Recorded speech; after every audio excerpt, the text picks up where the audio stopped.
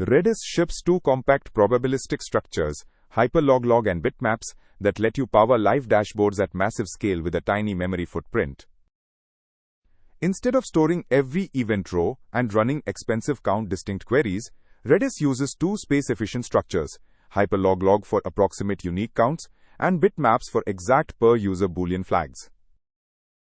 When you call PFADD, Redis hashes the element and updates an internal register array.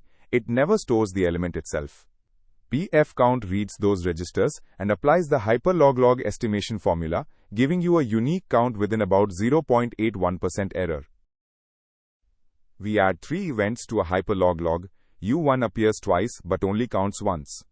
Then we use SETBIT to record which user IDs were active each day, and BITOP and to find users active on both days with a single atomic operation. The most common PR mistakes are using a full Redis set when HyperLogLog would do, relying on PFCOUNT for exact billing, and forgetting to set a TTL on daily keys. Those accumulate silently and can exhaust your memory.